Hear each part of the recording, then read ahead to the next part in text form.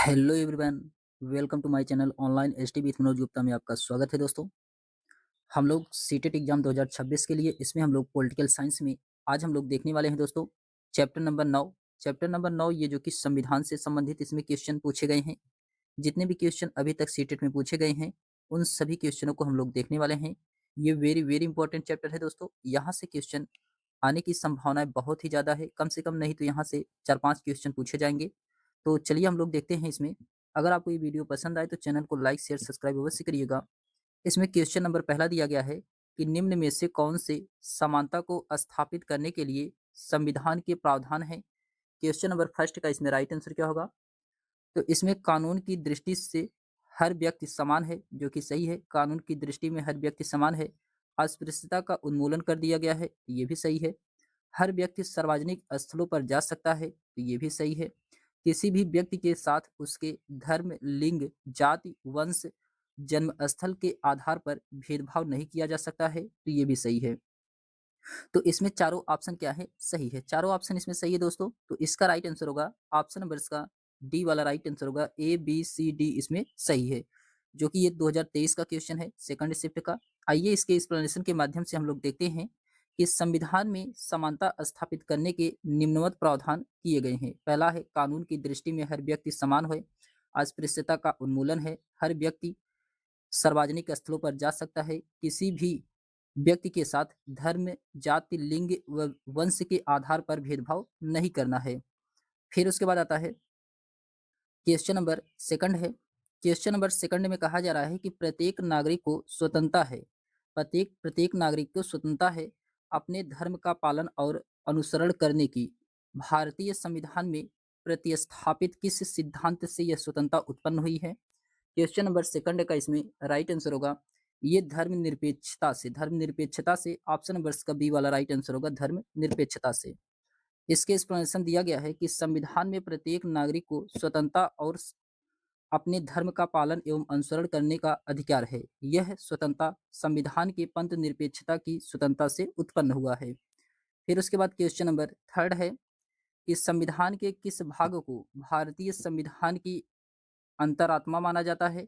ये किस भाग को माना जाता है? क्वेश्चन नंबर थर्ड का इसमें राइट आंसर होगा मौलिक अधिकार को। मौलिक अधिकार को ऑप्शन नंबर का डी वाला राइट आंसर होगा, मौलिक अधिकार को। ये सभी 2023 के क्वेश्चन है दोस्तों। इसके एक्सप्लेनेशन दिया गया है कि संविधान के भाग 3 को भारतीय संविधान की आत्मा माना गया है। यह मौलिक अधिकार में निहित है। संवैधानिक उपचारों का अधिकार स्वयं में कोई अधिकार न होकर अन्य मौलिक अधिकारों का रक्षोपाय है। इसके अंतर्गत व्यक्ति मौलिक अधिकारों के हनन की अवस्था में न्यायालय की शरण ले सकता है। इसीलिए डॉक्टर भीमराव अंबेडकर के अनुसार अनुच्छेद 32 को संविधान का सबसे महत्वपूर्ण अनुच्छेद बताया गया है। एक अनुच्छेद जिसके बाद संविधान अर्थहीन है, यह संविधान की आत्मा और हृदय है। कौन सा है? तो अनुच्छेद 32 है। अनुच्छेद 32 का उद्देश्य मूल अधिकारों के संरक्षण हेतु गारंटी, प्रभावी, सुलभ और संक्षिप्त उपचारों की व्यवस्था है। सर्वोच्च न्यायालय अनुच्छेद 32 के तहत, उच्च न्यायालय अनुच्छेद 226 के तहत रीट जारी कर सकता है। तो अनुच्छेद 32 के तहत ये जो कि सर्वोच्च न्यायालय रीट जारी करता है और उच्च न्यायालय अनुच्छेद 226 के तहत रीट जारी करता है। फिर उसके बाद आता है क्वेश्चन नंबर 4 है कि निम्नलिखित में से कौन सी एक विशिष्टता हमारे संविधान की है? तो क्वेश्चन नंबर 4 का इसमें राइट आंसर क्या होगा? तो इसमें सार्वभौमिक वयस्क मताधिकार को अपनाना, जो कि ये क्या है? सही है। सभी नागरिकों को समान अधिकार, ये भी सही है। भारत के सबसे सामाजिक वंचित के लिए विशेषाधिकार, ये भी सही है। तो इसमें तीनों ऑप्शन क्या है? सही है। तो ऑप्शन नंबर इसका डी वाला राइट आंसर होगा। ए बी सी इसमें तीनों ऑप्शन सही हैं। इसके एक्सप्लेनेशन दिया गया है कि सार्वभौमिक वयस्क मताधिकार सभी नागरिकों को समान अधिकार और सामाजिक रूप से पिछड़े के लिए विशेषाधिकार, ये सभी विशिष्टताएं हमारे संविधान की हैं। इस प्रकार इसमें कथन ए बी सी तीनों क्या था? सही था। भारतीय संविधान की कुछ अन्य विशेषताएं हैं। इसमें क्या क्या है कि लिखित और विशाल संविधान है, संसदीय शासन प्रणाली है, धर्मनिरपेक्ष राज्य है और स्वतंत्र न्यायपालिका है। इसी को एकीकृत न्यायपालिका भी कहा जाता है। फिर उसके बाद आता है क्वेश्चन नंबर 5 है। क्वेश्चन नंबर 5 में कहा जा रहा है कि कक्षा में सामाजिक न्याय के प्रोत्साहन के शिक्षण में शिक्षक को निम्नलिखित का उदाहरण देना चाहिए। तो किसका उदाहरण देना चाहिए? क्वेश्चन नंबर 5 का इसमें राइट आंसर क्या होगा? तो इसमें देना चाहिए शिक्षक को कि छुआछूत अस्पृश्यता का उन्मूलन संविधान के अनुच्छेद 17 में है, जो कि सही है। आरक्षण की नीति, ये भी सही है। फिर उसके बाद न्यायिक समीक्षा, ये जो कि नहीं है, न्यायिक समीक्षा ये नहीं है। तो इसमें ए और बी राइट आंसर होगा, ए और बी राइट आंसर होगा। ऑप्शन नंबर इसका सी वाला राइट आंसर होगा, ए और बी इसमें राइट आंसर है। इसके एक्सप्लेनेशन दिया गया है कि कक्षा में सामाजिक न्याय के प्रोत्साहन के शिक्षण में शिक्षक को अनुच्छेद 17 छुआछूत अस्पृश्यता उन्मूलन और आरक्षण जैसी नीतियों के उदाहरण देना चाहिए, क्योंकि समाज के गरीब निर्धन वर्गों को ऊंचा उठाए बिना अनुसूचित जातियों, अनुसूचित जनजातियों और पिछड़े वर्गों का विकास किए बिना सामाजिक न्याय की स्थापना नहीं हो सकती है। किसी के साथ सामाजिक, धार्मिक और सांस्कृतिक पूर्वाग्रहों के आधार पर भेदभाव नहीं होना चाहिए। सामाजिक न्याय में सभी लोगों को अपने विकास के समान अवसर प्राप्त होते हैं। फिर उसके बाद क्वेश्चन नंबर 6 है कि अगर एक व्यक्ति को अस्पताल में चिकित्सा उपचार मना कर दिया गया है, तो यह उसके कौन से अधिकार का प्रत्यक्ष रूप से उल्लंघन है? तो क्वेश्चन नंबर 6 का इसमें राइट आंसर होगा, तो जीवन का अधिकार का। जीवन का अधिकार का होगा, ऑप्शन नंबर इसका डी वाला राइट आंसर होगा, जीवन का अधिकार। इसके एक्सप्लेनेशन दिया गया है कि अगर एक व्यक्ति को अस्पताल में चिकित्सा उपचार मना कर दिया गया है, तो यह उसके जीवन के अधिकार का प्रत्यक्ष रूप से उल्लंघन है, क्योंकि भारतीय संविधान में जीवन के अधिकार को मूल अधिकारों की श्रेणी में रखा गया है। भारतीय संविधान का अनुच्छेद 21 कहता है कि किसी भी व्यक्ति को विधि द्वारा स्थापित प्रक्रिया के अतिरिक्त उसके जीवन और व्यक्तिक स्वतंत्रता के अधिकार से वंचित नहीं किया जा सकता है। ये अधिकार मनुष्य को जन्मजात प्राप्त होता है। फिर उसके बाद आता है क्वेश्चन नंबर 7 है कि निम्नलिखित में से कौन सा विषय राज्य सूची के अंतर्गत आएगा? तो कौन सा विषय राज्य सूची के अंतर्गत आएगा? क्वेश्चन नंबर 7 का इसमें राइट आंसर क्या होगा? तो ए है कि श्रीलंका के साथ व्यापार संबंधों को बनाए रखने का निर्णय, ये जो कि क्या है, गलत है। बी में कहा जा रहा है कि नए 100 रुपए का नोट जारी करने का, ये जो कि क्या है, राज्य सूची के अंतर्गत नहीं आता है। ये राज्य सूची के अंतर्गत नहीं आता है। प्रारंभिक स्कूलों विद्यालयों में मध्याह्न भोजन योजना लागू करने का निर्णय, ये राज्य सूची के अंतर्गत आता है। फिर उसके बाद आता है कि किसानों को बिजली विद्युत उपलब्ध कराने का निर्णय, ये भी राज्य सूची के अंतर्गत आता है। तो सी और डी इसमें राज्य सूची के अंतर्गत आता है। ए और बी ये जो कि किसके अंतर्गत आता है, ये केंद्र सूची के अंतर्गत आता है। तो इसका राइट आंसर होगा सी और डी इसका राइट आंसर होगा। ऑप्शन नंबर इसका सी वाला राइट आंसर होगा, सी और डी इसका राइट आंसर है। फिर उसके बाद आता है, इसके एक्सप्लेनेशन दिया गया है कि राज्य सूची के अंतर्गत प्रारंभिक स्कूलों या विद्यालयों में मध्याह्न भोजन योजना लागू करने का निर्णय, किसानों को बिजली विद्युत उपलब्ध कराने का निर्णय, जिला अस्पताल, राज्य पुलिस, कृषि, सट्टेबाजी और जुआ आते हैं।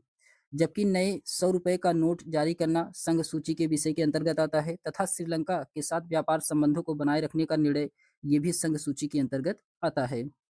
फिर क्वेश्चन नंबर 8 है कि निम्नलिखित कथनों को पढ़ करके आपको सही विकल्प का चयन करना है, कौन सा इसमें सही है विकल्प? तो इसमें ए में कहा जा रहा है कि विकलांगता अधिनियम 1995 कहता है कि विशेष आवश्यकताओं वाले व्यक्तियों को भी समान अधिकार प्राप्त है और सरकार को समाज में उनकी पूरी भागीदारी संभव बनानी चाहिए। ये जो कि सही है, क्या है ये सही है। सबसे पहले विकलांगता अधिनियम ये कब आया था? तो 1995 में आया था, ये इंपॉर्टेंट है।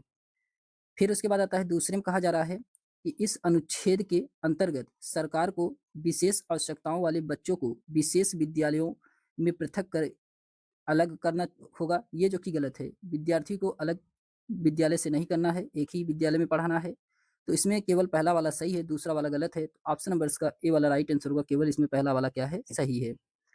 फिर उसके बाद इसके एक्सप्लेनेशन दिया गया है कि विकलांगता अधिनियम 1995 कहता है कि विशेष आवश्यकताओं वाले व्यक्तियों को भी समान अधिकार प्राप्त है और सरकार को समाज में उनकी पूरी भागीदारी संभव बनानी चाहिए। वर्ष 2011 के अनुसार भारत में 2.68 करोड़ विकलांगता व्यक्ति हैं, जो कि कुल जनसंख्या का 2.21 हैं। तो कुल जनसंख्या का कितना है? 2.21% है। यह अधिनियम संविधान के अनुच्छेद 253 सह पठित संघ सूची के पद क्रम संख्या 13 के अंतर्गत अधिनियमित किया गया है। इसके अंतर्गत दिव्यांग व्यक्तियों की पूर्ति, भागीदारी और समानता की उद्घोषणा को कार्यान्वित करता है और उनकी शिक्षा, उनके रोजगार रोजगार, बाधा रहित प्रवेश का सृजन, सामाजिक सुरक्षा इत्यादि का प्रावधान करता है। फिर उसके बाद आता है क्वेश्चन नंबर 9 है। क्वेश्चन नंबर 9 में कहा जा रहा है कि निम्नलिखित में से भारत के किस रेगुलेटिंग एक्ट के तहत सुप्रीम कोर्ट की स्थापना किया गया था? ये 1793 का 1773 के रेगुलेटिंग एक्ट के द्वारा 1773 के रेगुलेटिंग एक्ट के द्वारा ऑप्शन नंबर इसका डी वाला राइट आंसर होगा 1773 के द्वारा। और स्थापना इसकी कब हुई थी? तो 1774 में हुई थी, 1774 में। अगर किस अधिनियम के द्वारा पूछा जाए सुप्रीम कोर्ट की स्थापना किया गया था, तो ये 1773 के रेगुलेटिंग एक्ट के द्वारा किया गया था। और किस वर्ष पूछा जाए तो ये 1774 में किया गया था। इसके एक्सप्लेनेशन दिया गया है कि सुप्रीम कोर्ट की स्थापना 1773 के रेगुलेटिंग एक्ट के तहत हुई थी, जिसमें अपीलीय क्षेत्राधिकार शामिल थे, जहां सभी मामले के निवारण की मांग की जा सकती है। इसमें एक मुख्य न्यायाधीश और 3 अन्य न्यायाधीश शामिल थे। 1773 के रेगुलेटिंग एक्ट के कुछ महत्वपूर्ण प्रावधान हैं। कौन-कौन से हैं? इसमें दिया गया है कि बॉम्बे मद्रास के गवर्नर जनरल अब बंगाल के गवर्नर जनरल के अधीन होंगे। तो जो बम्बई और मद्रास के गवर्नर थे, वे अब बंगाल के गवर्नर जनरल के अधीन कर दिए गए थे। ये 1773 के रेगुलेटिंग एक्ट के तहत कहा गया है। वारेन हेस्टिंग को बंगाल का पहला गवर्नर जनरल बनाया गया है। तो बंगाल का पहला गवर्नर जनरल कौन है? तो वारेन हेस्टिंग है। बंगाल में प्रशासन गवर्नर जनरल 4 सदस्यों वाली एक परिषद द्वारा चलाया जाना है। फिर उसके बाद आता है फिर उसके बाद आता है क्वेश्चन नंबर 10 है। क्वेश्चन नंबर 10 में कहा जा रहा है कि निम्नलिखित में से कौन-सा संवैधानिक प्रावधान राधा को मध्य प्रदेश से दिल्ली आकर काम करने का समर्थन बताता है? तो क्वेश्चन नंबर 10 का इसमें राइट आंसर क्या होगा? तो ये है मौलिक अधिकार। मौलिक अधिकार ऑप्शन नंबर इसका डी ए वाला राइट आंसर होगा मौलिक अधिकार। ऑप्शन नंबर इसका फर्स्ट वाला राइट आंसर होगा मौलिक अधिकार।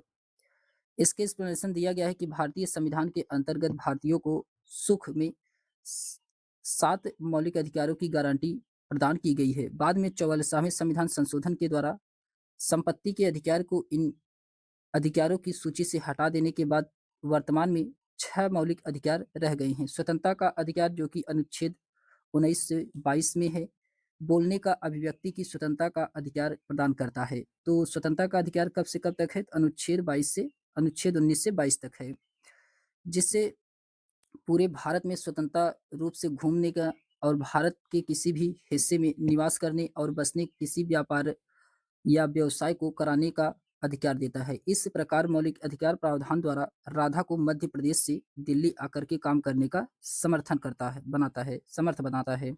फिर क्वेश्चन नंबर 11 है कि निम्न कथन ए और आर को पढ़ करके आपको इसमें बताना है कौन सा इसमें सही है। तो ए में कहा जा रहा है कि भारत के संविधान के अनुच्छेद 21 के तहत पानी के अधिकार को जीवन के अधिकार के हिस्सा माना गया है, जो कि सही है। आर में कहा जा रहा है क्योंकि प्रत्येक व्यक्ति की पानी की तक सार्वजनिक पहुंच होनी चाहिए, तो ये भी सही है। दोनों सही है और इसका एक्सप्लेनेशन भी सही है। दोनों सही है और इसका एक्सप्लेनेशन भी सही है। तो ऑप्शन नंबर इसका फर्स्ट वाला राइट आंसर होगा। इसके एक्सप्लेनेशन दिया गया है कि भारत के संविधान के अनुच्छेद 21 के तहत पानी के अधिकार को जीवन के अधिकार का हिस्सा माना गया है। इसका आशय यह है कि प्रत्येक व्यक्ति की पानी तक सार्वजनिक पहुंच होनी चाहिए। अनुच्छेद 21 कहता है कानून द्वारा स्थापित प्रक्रिया के अलावा किसी भी व्यक्ति को उनके जीवन या व्यक्तिगत स्वतंत्रता से वंचित नहीं किया जाएगा। यह अधिकार नागरिकों और गैर नागरिकों को दोनों को है। यह अनुच्छेद व्यक्ति को मानवीय गरिमा के जीवन जीने का अधिकार प्रदान करता है। फिर उसके बाद आता है क्वेश्चन नंबर 12 है कि भारत में स्वास्थ्य के अधिकारों को किस मौलिक अधिकार के एक प्रकार के रूप में मान्यता प्राप्त है? तो ये जीवन का ऑप्शन नंबर इसका सी वाला राइट आंसर होगा जीवन का है। इसके एक्सप्लेनेशन दिया गया है कि भारत के स्वास्थ्य अधिकारों को जीवन जीने के अधिकार के तहत मौलिक अधिकार के रूप में मान्यता प्राप्त है। भारतीय संविधान के अंतर्गत यह अधिकार अनुच्छेद 21 के तहत आता है। भारतीय संविधान में मौलिक अधिकार का वर्णन भाग 3 में अनुच्छेद 12 से 35 तक। वर्तमान में भारतीय संविधान में 6 प्रकार के मौलिक अधिकारों का वर्णन किया गया है। फिर उसके बाद आता है क्वेश्चन नंबर 13 है। क्वेश्चन नंबर 13 में कहा जा रहा है कि भारतीय संविधान में मौलिक अधिकार एवं नीति निर्देशक तत्व स्थापित करना चाहते हैं। तो क्वेश्चन नंबर 13 का इसमें राइट आंसर क्या होगा? तो इसका राइट आंसर होगा इसमें दिया गया है कि राजनीतिक लोकतंत्र, जो कि सही है। सामाजिक आर्थिक लोकतंत्र, ये भी इसमें सही है। कल्याणकारी राज्य, ये भी सही है। पुलिस ये इसके अंतर्गत नहीं आता है, तो इसमें ए, बी, सी सही है, जबकि डी क्या है, गलत है। तो ए, बी, सी ऑप्शन नंबर इसके ए वाले में दिया गया है, यही इसका राइट आंसर होगा। इसके एक्सप्लेनेशन दिया गया है, भारतीय संविधान के भाग थर्ड में अनुच्छेद 12 से 35 तक मौलिक अधिकारों का वर्णन है। इसे भारतीय संविधान में अमेरिका के संविधान से ग्रहण किया गया है। इन अधिकारों को राज्य के विरुद्ध न्यायपालिका का संरक्षण प्राप्त है। भारतीय संविधान के भाग 4 में अनुच्छेद 36 से 51 तक नीति निर्देशक तत्वों का वर्णन किया गया है। इन्हें आयरलैंड के संविधान से लिया गया है। किसको? नीति निर्देशक तत्व को। इन्हें वैधानिक शक्ति प्राप्त नहीं है, वैधानिक शक्ति इसमें प्राप्त नहीं है। इसे न्यायालय द्वारा लागू नहीं किया जा सकता है। भारतीय संविधान में मौलिक अधिकार एवं नीति निर्देशक तत्व निम्न नियम स्थापित करना चाहते हैं: राजनीतिक लोकतंत्र, सामाजिक आर्थिक लोकतंत्र, कल्याणकारी राज्य, ये 3 है। फिर उसके बाद आता है क्वेश्चन नंबर 14 है। क्वेश्चन नंबर 14 में कहा जा रहा है कि निम्न में से कौन सा विकल्प वर्ष 2002 में मौलिक कर्तव्यों का हिस्सा बना है? क्वेश्चन नंबर 14 का इसमें राइट आंसर होगा, माता-पिता या अभिभावक द्वारा 6 से 14 वर्ष के बच्चों को शिक्षा के अवसर प्रदान करना। ऑप्शन नंबर इसका बी वाला राइट आंसर होगा। फिर उसके बाद आता है, इसके एक्सप्लेनेशन दिया गया है, 86वें संविधान संशोधन के द्वारा 2002 के द्वारा माता-पिता या अभिभावक द्वारा 6 वर्ष से 14 वर्ष तक के बच्चों को शिक्षा का अवसर प्रदान करना, ये जो कि क्या है, मौलिक अधिकार के अंतर्गत रखा गया है। फिर उसके बाद क्वेश्चन नंबर 15 है, भारतीय संविधान के अनुसार भारतीय धर्मनिरपेक्ष राज्य के बारे में निम्नलिखित कथन में से कौन सा कथन गलत है? तो आपको बताना है इसमें से कौन सा कथन गलत है। गलत कथन बताना है। इसमें दिया गया है कि राज्य सरकारी संस्थाओं को धर्म विशेष विशिष्ट मूल्यों को प्रदर्शित तथा प्रोन्नत करने की अनुमति प्रदान करता है। ये जो कि क्या है, ये गलत है। ये क्या है, ये गलत है। ऑप्शन नंबर इसका पहला वाला ही राइट आंसर होगा। फिर उसके बाद आता है, इसके एक्सप्लेनेशन दिया गया है कि 42वें संविधान संशोधन 1976 के द्वारा संविधान की प्रस्तावना में पंथ निरपेक्ष शब्द जोड़ा गया है। इसके अनुसार राज्य सरकारी संस्थानों को धर्म विशेष के विशिष्ट मूल्यों को प्रदर्शित एवं प्रोन्नत करने की अनुमति नहीं प्रदान करेगा। फिर उसके बाद आता है क्वेश्चन नंबर 16 है कि संविधान के अनुच्छेद 22 में उल्लिखित फौजदारी यानी कि दंड कानून के अंतर्गत प्रत्येक गिरफ्तारी व्यक्ति को निम्नलिखित में से कौन सा मौलिक अधिकार नहीं दिया गया है? तो कौन सा मौलिक अधिकार नहीं दिया गया है? तो पुलिस हिरासत में दिए गए इकबालिया बयान को आरोपी के खिलाफ सबूत के तौर पर इस्तेमाल किया जा सकता है, ये जो कि इसमें क्या है, नहीं है। ऑप्शन नंबर इसका ए वाला यही इसका राइट आंसर होगा।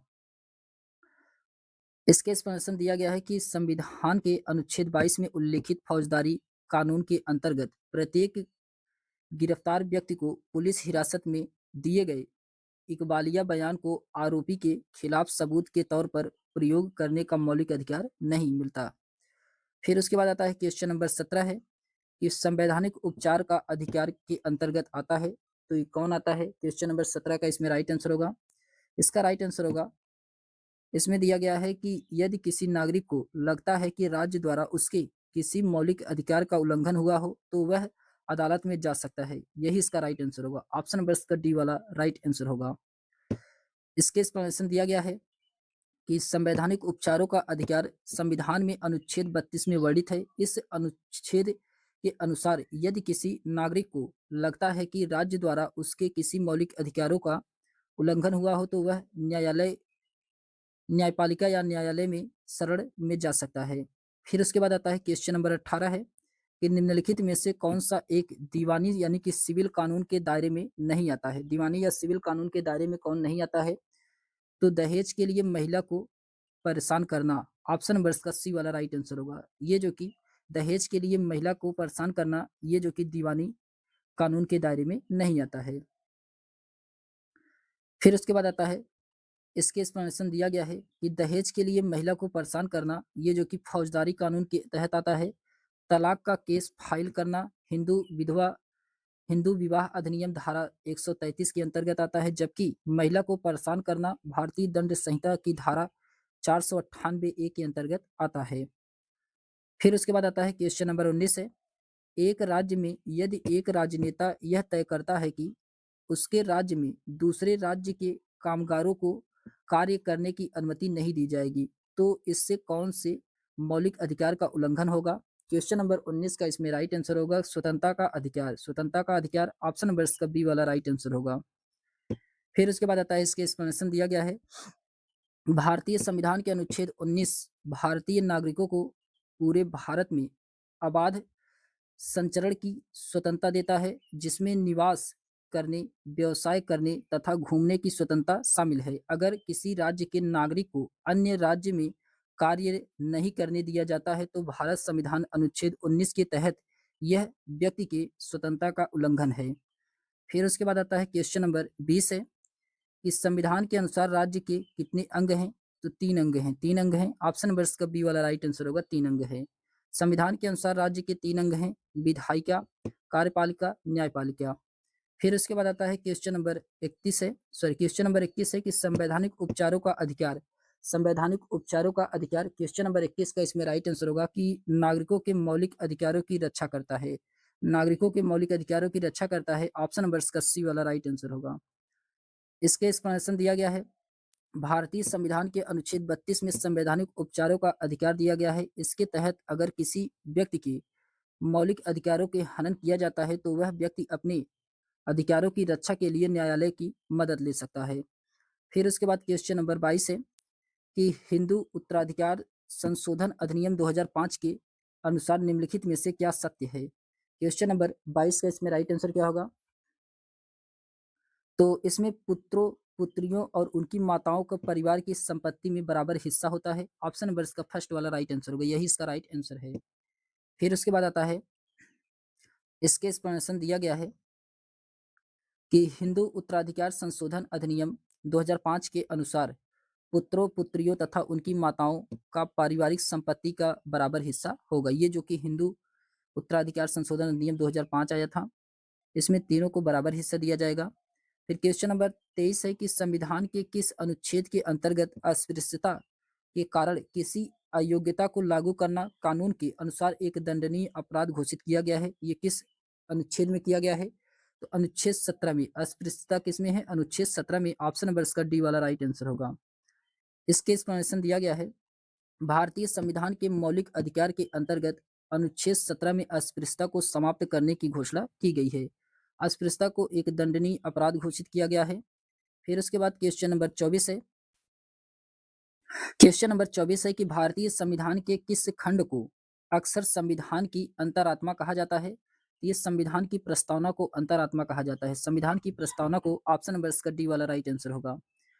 भारतीय संविधान की प्रस्तावना को संविधान की अंतरात्मा कहा जाता है। पंडित जवाहरलाल नेहरू ने 13 दिसंबर 1946 को संविधान सभा में प्रस्तावना पेश किया। प्रस्तावना को पंडित नेहरू ने संविधान की आत्मा कहा है। जब किसी मामले में कोई निर्णय नहीं हो पाता है, तो प्रस्तावना का सहारा लिया जाता है। फिर उसके बाद आता है क्वेश्चन नंबर 25 है। जब राज्य धार्मिक क्रियाओं में किसी प्रकार का हस्तक्षेप नहीं करता है, तो उसे कहते हैं, उसे कहा जाता है, तो उसे क्या कहा जाता है? तो उसके धर्मनिरपेक्षता कहा जाता है। धर्मनिरपेक्षता ऑप्शन नंबर इसका डी वाला राइट आंसर होगा, धर्मनिरपेक्षता।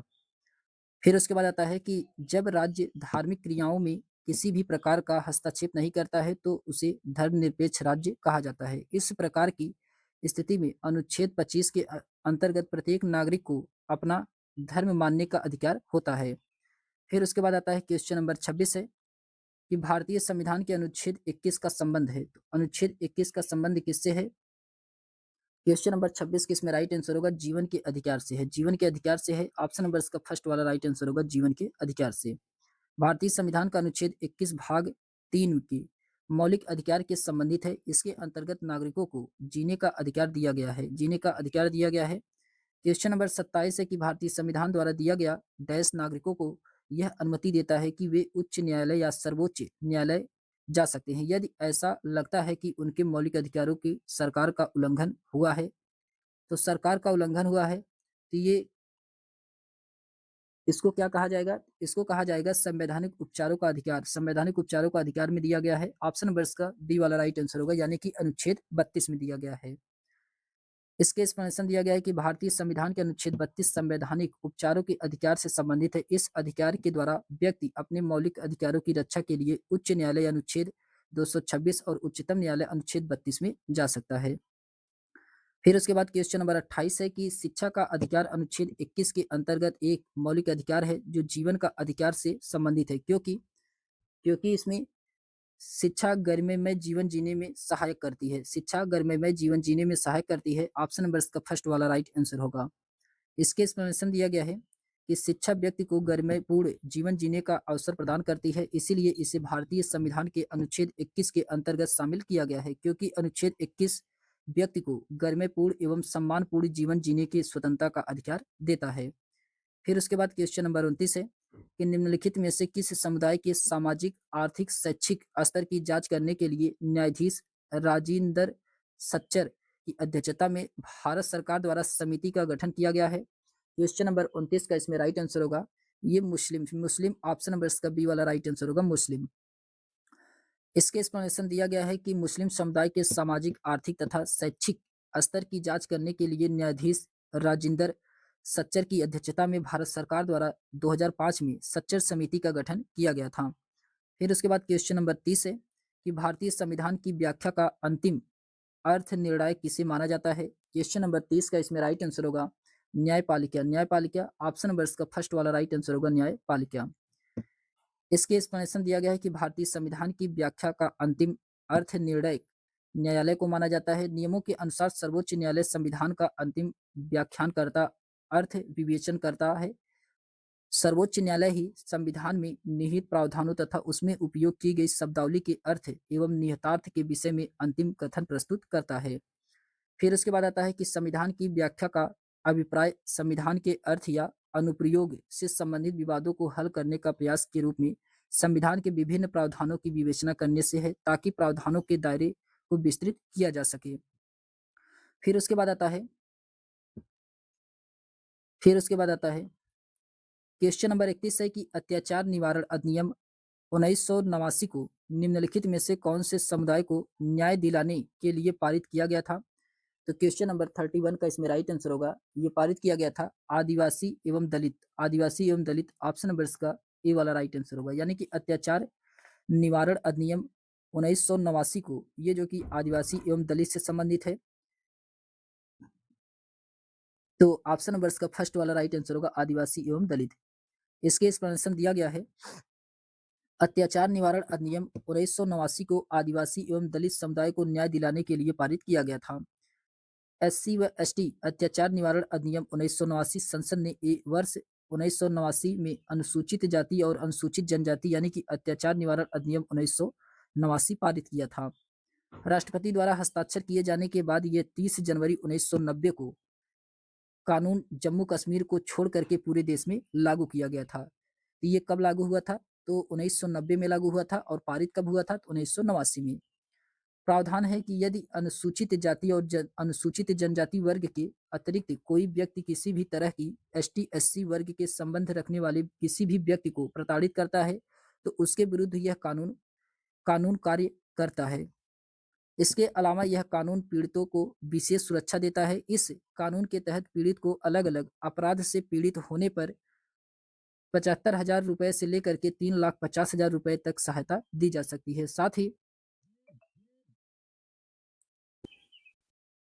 साथ ही ऐसे मामलों के लिए इस कानून के तहत विशेष न्यायालय बनाए जा सकते हैं। इसके अलावा इस कानून के तहत महिलाओं के विरुद्ध अपराधों में पीड़ित को राहत राशि अलग से मेडिकल जांच की व्यवस्था भी है।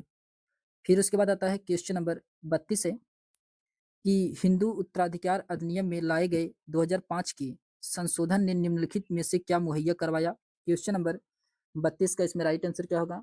ये करवाया था महिलाओं के लिए पारिवारिक संपत्ति में बराबर हिस्सेदारी का।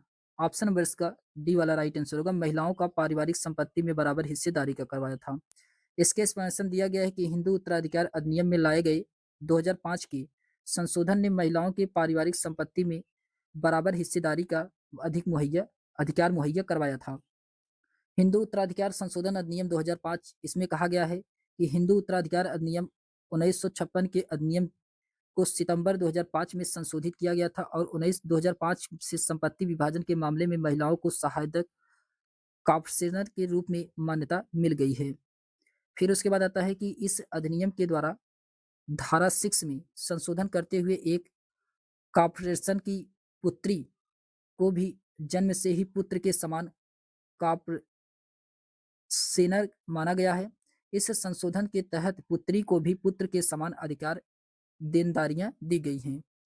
फिर उसके बाद आता है, इसमें कहा गया है कि यह कानून में कि प्रत्यक्ष संपत्ति यानी कि पैतृक संपत्ति और व्यक्तिगत संपत्ति में उत्तराधिकार के नियमों को लागू करता है, जहां उत्तराधिकार को कानून के अनुसार लागू किया जाता है, न कि इच्छा पत्र के माध्यम से या वरासत के माध्यम से। विधि आयोग की 174वीं रिपोर्ट में हिंदू उत्तराधिकार अधिनियम में सुधार की सिफारिश की गई थी। फिर उसके बाद क्वेश्चन नंबर 33 है कि वन अधिकार कानून 2006 अपने शीर्षक में कौन सी श्रेणी के अधिकारों को स्वीकार करता है? क्वेश्चन नंबर 33 का इसमें राइट आंसर होगा अनुसूचित जनजाति को। अनुसूचित जनजाति को ऑप्शन नंबर इसका डी वाला राइट आंसर होगा अनुसूचित जनजाति को। वन अधिकार कानून 2006 अपने शीर्षक में अनुसूचित जनजातियों के अधिकारों को स्वीकार करता है। इस कानून के तहत जंगलवासी, अनुसूचित जाति और अन्य परंपरागत वनवासियों के द्वारा निवास या जीवन जीविका के लिए स्वयं की खेती करने के लिए व्यक्तिगत या सामूहिक अभियोग के अधीन वन भूमि को धारित करने और उसमें रहने का अधिकार होगा तथा वन संसाधनों पर नियंत्रण का अधिकार, जिसमें स्वामित्व अधिकार के साथ गौड़ वनोपज के संग्रहण, उपयोग और निपटान का अधिकार शामिल है इसमें। फिर उसके बाद क्वेश्चन नंबर 34 है कि प्रदूषण रहित हवा का अधिकार भारत के किस मौलिक अधिकार के भाग के रूप में स्वीकार किया गया है? तो ये जीवन के रूप में ऑप्शन नंबर इसका फर्स्ट वाला राइट आंसर होगा जीवन के रूप में। इसके एक्सप्लेनेशन दिया गया है कि प्रदूषण रहित हवा का अधिकार भारत में जीवन के मौलिक अधिकार के भाग के रूप में स्वीकारा गया है। भारतीय संविधान के अनुच्छेद 21 के तहत प्रत्येक सरकार का दायित्व बनता है कि वह अपने नागरिकों को स्वस्थ एवं स्वच्छ पर्यावरण उपलब्ध कराए। इसके लिए भारत सरकार ने राष्ट्रीय हरित न्यायाधिकरण अधिनियम 2010 संसद द्वारा पारित करवाया और अक्टूबर 2010 में राष्ट्रीय हरित न्यायाधिकरण की स्थापना की गई थी। राष्ट्रीय हरित न्यायाधिकरण देश में पर्यावरण से संबंधित मामलों के लिए उत्तरदायी है। फिर क्वेश्चन नंबर 35 है कि भारत में अपीलीय प्रणाली या पौनवर्दिक प्रणाली किसके कहते हैं? तो ये किसे कहा जाता है? क्वेश्चन नंबर 35 का इसमें राइट आंसर होगा ये कहा जाता है कि निचली न्यायालय के आदेशों के खिलाफ उच्च न्यायालय में अपील का प्रावधान को। ऑप्शन नंबर इसका सी वाला राइट आंसर होगा। इसके एक्सप्लेनेशन दिया गया है कि अपीलीय शब्द का अर्थ है कि किसी मामले को किसी निचली अदालत के ऊपर की किसी अदालत में इस नजरिए के साथ ले जाना कि सुनाया गया है फैसला माने जाने योग्य है या नहीं। अपीलीय प्रणाली या पौनवर्दिक प्रणाली किसी निचली न्यायालय के फैसले को उच्च न्यायालय द्वारा न्यायिक जांच किए जाने का आवेदन होता है। फिर उसके बाद आता है क्वेश्चन नंबर 36 है कि नीचे दिए गए कथन का पाठन कीजिए। क्वेश्चन नंबर 36 का इसमें राइट आंसर क्या होगा? तो इसमें दिया गया है कि सत्ता के दुरुपयोग की रोकथाम के लिए भारतीय राज्य कई नियंत्रण और संतुलित रखता है। ऊपर दिए गए कथन में भारतीय राज्य के अर्थ को प्रदर्शित करने वाले सही विकल्प का इसमें चयन करना है, कौन सा इसमें सही है? तो भारतीय राजनीतिक व्यवस्था है। क्या है? भारतीय राजनीतिक व्यवस्था है। ऑप्शन नंबर इसका सी वाला राइट आंसर होगा भारतीय राजनीतिक व्यवस्था।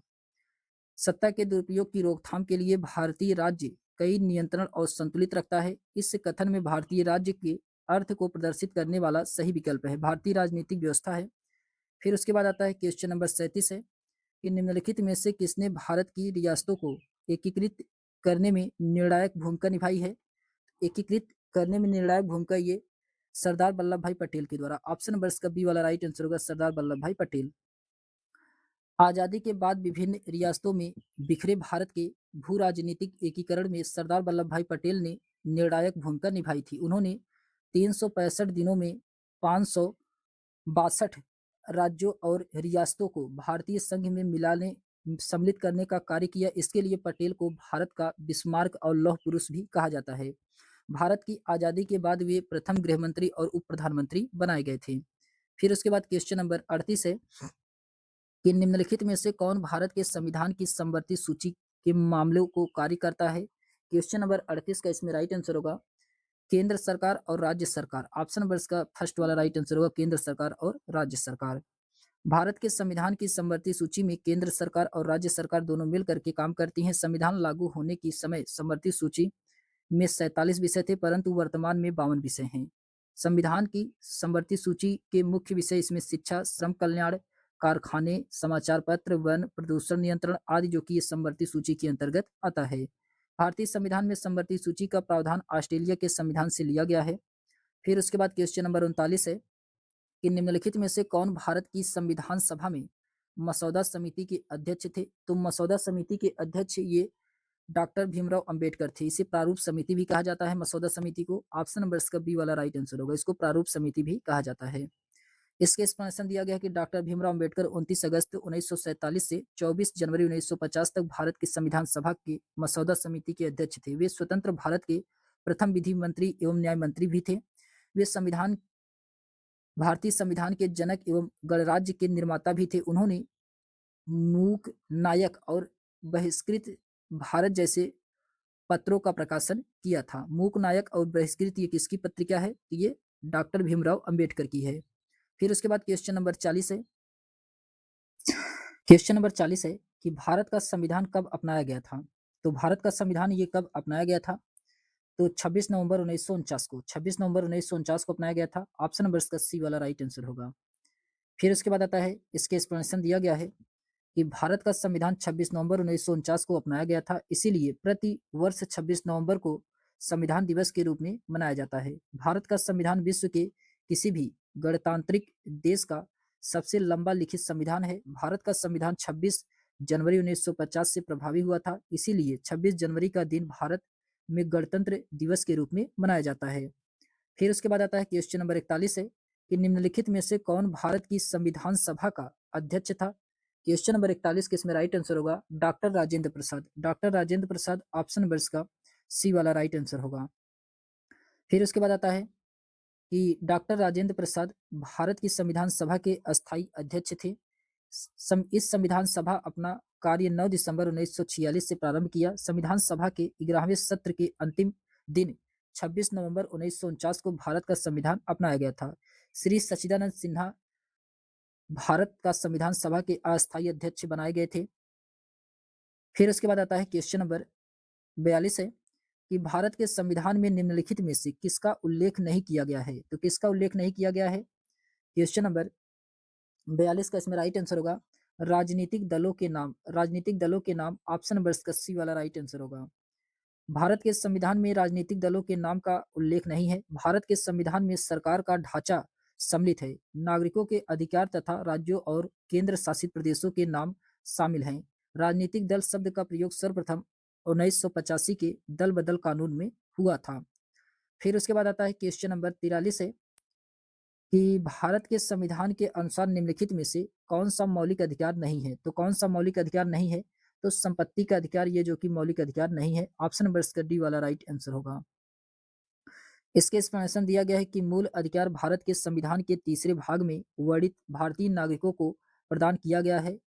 संविधान द्वारा मूल अधिकार से 7 अधिकार प्रदान किए गए थे। समानता का अधिकार, स्वतंत्रता का अधिकार, शोषण के विरुद्ध अधिकार, संपत्ति का अधिकार, धर्म, संस्कृति एवं शिक्षा की स्वतंत्रता का अधिकार। संवैधानिक उपचारों का अधिकार ये संपत्ति के अधिकार को 1978 में 44वें संविधान संशोधन के द्वारा तृतीय भाग से हटा दिया गया है, जो कि वर्तमान में 6 मौलिक अधिकार हैं। अब इसे अनुच्छेद 301 के तहत एक विधिक अधिकार बनाया गया है। फिर उसके बाद आता है क्वेश्चन नंबर 44 है कि अस्पृश्यता डैश के आधार पर भेदभाव को संदर्भित करती है। तो भेदभाव को संदर्भित करती है। क्वेश्चन नंबर 44 के इसमें राइट आंसर होगा जाति। जाति ऑप्शन नंबर इसका सी वाला राइट आंसर होगा जाति। अस्पृश्यता के आधार पर भेदभाव को संदर्भित करती है। अस्पृश्यता मानव समाज के लिए कलंक है। ऊंच नीच का भेदभाव एक रोग है जो समाज में धीरे धीरे पनपता है और सुसभ्य एवं सुसंस्कृत समाज की नींव को हिला देता है। समाज में विद्यमान जाति प्रथा को समाप्त करके इस कलंक से मुक्ति पाई जा सकती है। क्वेश्चन नंबर 45 है कि भारत में अस्पृश्यता प्रथा के कारण निम्नलिखित में से किस मौलिक अधिकार का उल्लंघन किया जाता है? क्वेश्चन नंबर 45 का इसमें राइट आंसर होगा समानता के अधिकार का। ऑप्शन नंबर इसका ए वाला राइट आंसर होगा समानता के अधिकार का। इसके एक्सप्लेनेशन दिया गया संयुक्त राष्ट्र घोषणा पत्र के अनुसार विश्व के सभी लोगों विधि के समक्ष समान है। भारतीय संविधान के अनुच्छेद 14 में विधि के समक्ष समानता का अधिकार प्रत्येक भारतीय को प्राप्त है। भारत में अस्पृश्यता प्रथा के कारण समानता के अधिकार का उल्लंघन किया जाता था, इसीलिए अनुच्छेद 17 के द्वारा अछूत अस्पृश्यता का अंत कर दिया गया है। फिर उसके बाद आता है एक निर्देश दिया गया है, इसमें क्वेश्चन नंबर 46 से 49 तक आपको प्रश्न को उत्तर देना है। तो पहिएदार कुर्सी व्हीलचेयर का उपयोग करने वाले रंजन की कक्षा विद्यालय भवन की तीसरी मंजिल में लगती है। वह प्रत्येक दिन सहायक की प्रतीक्षा करता है और उसे उठाकर विद्यार्थियों की भीड़ से होकर के ले जाता है। तो इसमें क्वेश्चन नंबर 46 में कहा जा रहा है कि भारतीय संविधान के किस अनुच्छेद का उल्लंघन हो रहा है? ये किस अनुच्छेद का उल्लंघन हो रहा है? अनुच्छेद 15 का उल्लंघन किया जा रहा है। ऑप्शन नंबर इसका सी वाला राइट आंसर होगा। उपरोक्त संबंधित रंजन के संबंध में ये संविधान के अनुच्छेद 15 का उल्लंघन हो रहा है। अनुच्छेद 15 स में के अंतर्गत राज्य को यह अधिकार है कि वह सामाजिक एवं शैक्षिक रूप से पिछड़े लोगों या अनुसूचित जाति अनुसूचित जनजाति लोगों के उत्थान के लिए शैक्षिक संस्थाओं में प्रवेश के लिए छूट संबंधित कोई नियम बना सकता है। ये शैक्षिक संस्थान राज्य के अनुदान प्राप्त निजी या अल्पसंख्यक किसी भी प्रकार के हो सकते हैं। फिर उसके बाद क्वेश्चन नंबर 47 है कि विकलांगता अधिनियम 1995 के किस प्रावधान का पालन विद्यालय नहीं कर रहा है? तो क्वेश्चन नंबर 47 का इसमें राइट आंसर होगा रैंप वाले सार्वजनिक स्थानों और भाव तक सुरक्षित पहुंच। ऑप्शन नंबर इसका डी वाला राइट आंसर होगा। ऑप्शन नंबर इसका डी वाला राइट आंसर होगा।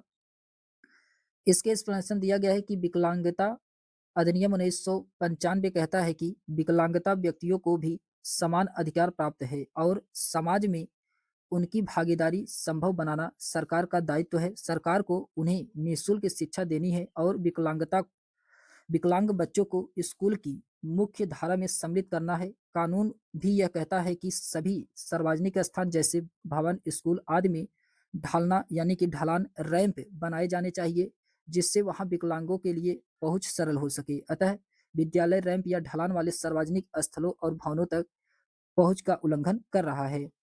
फिर क्वेश्चन नंबर 48 है कि मौलिक अधिकारों के विषय में निम्नलिखित दो कथनों पर विचार कीजिए। आपको इसमें दो कथन दिए गए हैं, पढ़ करके बताना है कौन सा सही है। ए में कहा जा रहा है कि भारत के संविधान में दिए गए सभी मौलिक अधिकार न्यायालय में बाध्यकारी है, जो कि सही है। फिर उसके बाद आता है बी में कहा जा रहा है कि शोषण के विरुद्ध अधिकार नागरिकों को उचित स्तर के न्यायालय में जाने के लिए अनुमति प्रदान करता है यदि वह समझता है कि निचले स्तर के न्यायालय द्वारा दिया गया निर्णय अन्यायपूर्ण है। ये भी सही है। तो इसमें दोनों ऑप्शन क्या है? सही है, दोनों ऑप्शन सही है। ऑप्शन नंबर इसका फर्स्ट वाला राइट आंसर होगा। इसके एक्सप्लेनेशन दिया गया है कि संविधान में भाग 3 में अनुच्छेद 12 से 35 तक मूल अधिकारों का वर्णन है। भाग 3 को भारत का मैग्ना कार्टा की संज्ञा दी गई है। मौलिक अधिकार न्यायालय में बाध्यकारी है। न्यायोचित है कि ये व्यक्तियों को अदालत जाने की अनुमति देता है जब भी इनका उल्लंघन हो। शोषण के विरुद्ध अधिकार अथवा अन्याय मौलिक अधिकार नागरिकों को उच्च स्तर के न्यायालय में जाने के लिए अनुमति प्रदान करता है यदि वह समझता है कि निचले स्तर के न्यायालय द्वारा दिया गया निर्णय अन्यायपूर्ण है, क्योंकि इसके उच्चतम न्यायालय द्वारा गारंटी व सुरक्षा प्रदान की जाती है। हालांकि पीड़ित व्यक्ति सीधे उच्चतम न्यायालय जा सकता है अनुच्छेद 32 के तहत। यह आवश्यक नहीं है कि वे केवल उच्च न्यायालय के खिलाफ ही वहां अपील लेकर जाया जाए। फिर उसके बाद आता है क्वेश्चन नंबर 49 है कि संविधान का अनुच्छेद 22 सुनिश्चित करता है। तो संविधान का जो अनुच्छेद 22 सुनिश्चित करता है, ये गिरफ्तारी के दौरान हिरासत में दुर्व्यवहार से बचने का अधिकार को। ऑप्शन नंबर इसका बी वाला राइट आंसर होगा। इसके एक्सप्लेनेशन दिया गया है कि भारतीय संविधान के भाग 3 मूल अधिकारों के अंतर्गत अनुच्छेद 22 का वर्णन किया गया है। अनुच्छेद 22 के अंतर्गत व्यक्ति को कुछ दशाओं में गिरफ्तारी और निषेध में संरक्षण प्रदान किया गया है। अर्थात अगर किसी भी व्यक्ति को मनमाने ढंग से हिरासत में लिया गया हो तो उसे 3 प्रकार की स्वतंत्रता दी गई है। तो कौन कौन सी? इसमें पहला दिया गया है कि हिरासत में लेने का कारण बताना होगा। दूसरा है कि 24 घंटे के अंदर दंडाधिकारी के समक्ष पेश कराना होगा। आने जाने के समय को छोड़ करके, ये जो 24 घंटा होगा इसमें आने जाने समय को छोड़ करके 24 घंटे के अंदर दंडाधिकारी के समक्ष प्रस्तुत कराना होगा। फिर उसके बाद तीसरे में कहा जा रहा है, ये तीसरा है कि उसे अपने पसंद के वकील से सलाह लेने का अधिकार होगा। उसे अपनी पसंद से वकील करने का अधिकार होगा। फिर उसके बाद आता है क्वेश्चन नंबर 50 है। क्वेश्चन नंबर 50 में कहा जा रहा है कि सूचना का अधिकार अधिनियम पर निम्नलिखित 2 कथन ए और बी पर विचार कीजिए तथा सही उत्तर का इसमें चयन करना है, कौन-सा इसमें सही है। तो इसमें दिया गया है, कथन ए में कहा जा रहा है कथन ए में कहा जा रहा है इसमें कि सूचना का अधिकार अधिनियम के माध्यम से कोई भी नागरिक केवल केंद्रीय सरकार के विभागों की कार्यप्रणाली के संदर्भ में सूचना प्राप्त कर सकता है, जो कि ये क्या है? सही है। ये नहीं, ये गलत है। ये केवल इसमें केंद्र सरकार दिया गया है, ये केवल केंद्र सरकार दिया गया है, इसीलिए ये क्या है? गलत है। बी में कहा जा रहा है कि सूचना का अधिकार अधिनियम के अंतर्गत सूचना प्राप्त करने के लिए नागरिक को किसी स्तर पर किसी के न्यायालय में पहले से याचिका दाखिल करनी पड़ती है, ये भी इसमें क्या है? गलत है। दोनों इसमें कथन गलत हैं। तो पहला, दूसरा इसमें दोनों कथन क्या हैं? गलत हैं दोस्तों। पहला, दूसरा दोनों इसमें कथन गलत है, तो ऑप्शन नंबर इसका बी वाला राइट आंसर होगा, दोनों कथन इसमें क्या हैं? गलत है। फिर उसके बाद आता है, इसके एक्सप्लेनेशन दिया गया है कि सूचना के अधिकार अधिनियम 2005 के अनुसार सरकार के किसी भी स्तर, चाहे केंद्र हो या राज्य सरकार के विभागों के संदर्भ में सूचना प्राप्त करता है। सूचना के अधिकार अधिनियम के अंतर्गत सूचना प्राप्त करने के लिए नागरिकों को किसी भी स्तर के किसी भी न्यायालय में याचिका दाखिल करने की आवश्यकता नहीं होती है। फिर उसके बाद आता है, क्वेश्चन नंबर 51 है कि हिंदू उत्तराधिकार संशोधन अधिनियम 2005 मृतक पिता की संपत्ति में समान अधिकार प्रदान करता है। तो समान अधिकार प्रदान करता है, ये किसको किसको प्रदान करता है? तो ये करता है पत्नी को, पुत्री या पुत्र को और पुत्री या पुत्रियों को। ऑप्शन नंबर इसका सी वाला राइट आंसर, यानी कि पत्नी को, जो मृतक होगा उसकी पत्नी को, उसके पुत्र को और उसकी पुत्री को, तीनों को। फिर उसके बाद आता है, इसके एक्सप्लेनेशन दिया गया है कि हिंदू उत्तराधिकार संशोधन अधिनियम 2005 के अनुसार मृतक यानी कि पिता की संपत्ति में उनके पत्नी, पुत्रों और पुत्रियों के समान अधिकार प्रदान किया गया है। इसके पूर्व यह अधिकार केवल पत्नी और पुत्रों को ही प्राप्त था, इसमें पुत्रियों को भी शामिल कर लिया गया है अब। किस अधिनियम के तहत? ये सूचना अधिकार अधिनियम 2005 के तहत। फिर उसके बाद क्वेश्चन नंबर 52 है कि सभी में धर्मनिरपेक्षता का सिद्धांत दर्शाता है। क्वेश्चन नंबर 52 का इसमें राइट आंसर क्या होगा? तो सभी धर्म समान प्रतिष्ठा पाते हैं, जो कि सही है। राज्य जो कि भारतीय नागरिकों के सांस्कृतिक एवं धार्मिक जीवन को नियंत्रित कर सकता है, तो सांस्कृतिक और धार्मिक जीवन को नियंत्रित कर सकता है राज्य, ये भी इसमें सही है। ये भी इसमें क्या है? सही है। सी में कहा जा रहा है कि अल्पसंख्यकों के अधिकारों की सुरक्षा के लिए, ये भी इसमें क्या है? सही है। इसमें तीनों ऑप्शन क्या है? सही है, तीनों ऑप्शन सही है। तो इसलिए इसका राइट आंसर होगा ऑप्शन नंबर इसका ए वाला राइट आंसर होगा, तीनों ऑप्शन इसमें सही हैं। फिर उसके बाद आता है, इसके एक्सप्लेनेशन दिया गया है कि धर्मनिरपेक्षता के सिद्धांत में सभी धर्मों को एक समान प्रतिष्ठा, सांस्कृतिक एवं धार्मिक जीवन को नियंत्रित करना और अल्पसंख्यकों की अधिकारों की सुरक्षा समाहित होती है। फिर अनुच्छेद 29 में अल्पसंख्यक वर्गों के हितों का संरक्षण, सुरक्षा संबंधित अधिकार उल्लेखित किया गया है। फिर अनुच्छेद 30 के तहत शिक्षा संस्थानों की स्थापना और प्रशासन करने का अल्पसंख्यक वर्गों को अधिकार प्रदान किया गया है। फिर उसके बाद आता है, क्वेश्चन नंबर 53 है। क्वेश्चन नंबर 53 में कहा जा रहा है कि निम्न में से संविधान की प्रस्तावना में पाए जाने वाले कौन से सिद्धांत वैमनस्य और सांप्रदायिकता को प्रोत्साहित करते हैं? ये कौन सा है? क्वेश्चन नंबर 53 का इसमें राइट आंसर होगा, ये भाईचारा का है। कौन सा है? भाईचारा का है। ऑप्शन नंबर इसका बी वाला राइट आंसर होगा, भाईचारा का। इसके एक्सप्लेनेशन दिया गया है कि संविधान की प्रस्तावना में पाए जाने वाले भाईचारा का सिद्धांत वैमनस्य और सांप्रदायिकता को उत्साहित करता है। भारतीय संविधान की प्रस्तावना को संविधान की आत्मा कहा जाता है। केशवानंद भारती बनाम केरल राज्य 1973 में सर्वोच्च न्यायालय ने प्रस्तावना को संविधान का अंग माना है। फिर उसके बाद आता है, क्वेश्चन नंबर 54 है कि नए कृषि बिल के खिलाफ किसानों के संघर्ष, जिसे केंद्र की सरकार ने 2021 में वापस ले लिया था, इसके संदर्भ में निम्नलिखित कथन को पढ़ें। तो यानी कि नए कृषि बिलों के खिलाफ किसानों के संघर्ष, जिसे केंद्र सरकार 2021 में वापस ले लिया था, इसके निम्न कथन को पढ़ें। आपको इसमें पढ़ करके सही विकल्प का चयन करना है, कौन सा इसमें सही है। तो इसमें कहा जा रहा है कि लोकतांत्रिक सरकार संरचना में लोग विरोध प्रदर्शन करते हैं और अपनी असहमति दिखाते हैं, ये सही है। बी में कहा जा रहा है कि सरकार को अपना निर्णय बदलना पड़ा क्योंकि वह आम जनता के प्रति जिम्मेदार है, तो ये भी सही है। दोनों इसमें कथन क्या है? सही है, दोनों कथन सही है। तो इसलिए इसका राइट आंसर होगा ऑप्शन नंबर इसका सी वाला राइट आंसर होगा, दोनों कथन इसमें सही हैं। फिर उसके बाद आता है, इसके एक्सप्लेनेशन दिया गया है कि नए कृषि बिलों के खिलाफ किसानों के विरोध को देखकर सरकार ने इसे वापस ले लिया, क्योंकि लोकतांत्रिक सरकार संरचना में लोग सरकार के खिलाफ विरोध कर सकते हैं। सरकार अपना निर्णय बदल सकती है, क्योंकि वह आम जनता के प्रति जिम्मेदार होती है। फिर उसके बाद आता है क्वेश्चन नंबर 55 है कि निम्नलिखित में से किस नए राज्य का गठन 1 अक्टूबर 1953 को हुआ था? ये किसका गठन किया गया था? क्वेश्चन नंबर 55 का इसमें राइट आंसर होगा, ये गठन किया गया था आंध्र प्रदेश को। आंध्र प्रदेश को ऑप्शन नंबर इसका सी वाला राइट आंसर होगा, आंध्र प्रदेश इसका राइट आंसर होगा। इसके एक्सप्लेनेशन दिया गया है कि 1 अक्टूबर 1953 को प्रथम भाषाई राज्य के रूप में आंध्र प्रदेश का गठन किया गया था। भाषाई आधार पर राज्य गठन हेतु बनी समितियों के सुझाव पर पूरे देश में राज्यों के पुनर्गठन को लेकर व्यापक आंदोलन शुरू हुआ, जिसमें मद्रास प्रेसिडेंसी से अलग आंध्र राज्य बना था, जो कि ये सबसे प्रबल थी। इसी कारण सरकार को 1953 में आंध्र प्रदेश के रूप में नया राज्य बनाना पड़ा था।